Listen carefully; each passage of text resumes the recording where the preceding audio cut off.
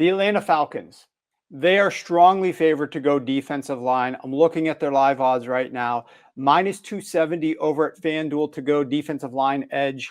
The best odds, if you want to bet that they will go defensive line edge, would be to lay minus 225 over at DraftKings.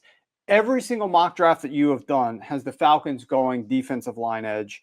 It's a lot to pay, but you can pay that type of price if you're very, very confident, especially getting closer to the draft, that this is what the Falcons are looking to do if it's near certainty. So first of all, what has had you throughout this process as certain as you've been to continuously mock that the Atlanta Falcons will be looking defensive line edge? And then do you think that there is any value in betting them to actually take defensive line edge at minus 225? Yeah, I think we can say with a pretty good amount of confidence they're going to go there. I think it's a pretty safe bet, despite being minus 225 or whatever you said it was. I've had it mocked to them all along because it's just a good combination of need and value. There's going to be a bunch of guys on the board who should fit. Mason Graham could potentially slide that far. He'd be an obvious pick if he does. Even if he doesn't, Derek Harmon's an option who's pretty good chance he's there. Michael Williams might be there. Shamar Stewart might be there. There's a bunch of guys who could fit. Maybe even Mike Green. There's some character concerns there, but any team that has cleared him of those issues and feels confident drafting him could consider him that high. James Pierce, similar situation. Some teams are not going to spend a first-round pick on him because of off-field stuff, but some teams seem to still like him and might consider him that high. There's a bunch of guys who could potentially fit the Falcons there.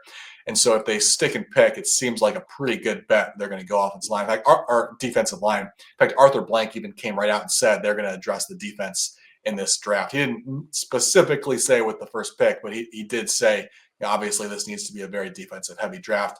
The wild card would be if they trade down, because then, you know, best available player kind of becomes more of a factor. They only have 5 picks. 2 of those are in the 7th round. So they could certainly justify trading down and trying to just add more picks to the roster. But, you know, their GM Fontenot comes from the Saints, who obviously you've already talked about. They don't value draft picks very much. So the Falcons have spent more draft capital than the Saints, but they've also been in more of a rebuilding situation in recent years.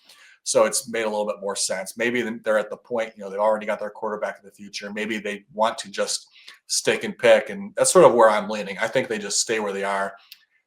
Being where they are positioned in the draft, they're going to still get a player that they feel is a really solid first-round pick. If they were to drop back even 5 or 6 picks, you're probably at risk of losing out on guys that you have labeled in that top tier, and now you're settling for someone who's, you know, in a vacuum, you'd probably rather take in the 2nd round. So I think this is a pretty safe bet to make, even at that number, that they're going to get one of those linemen.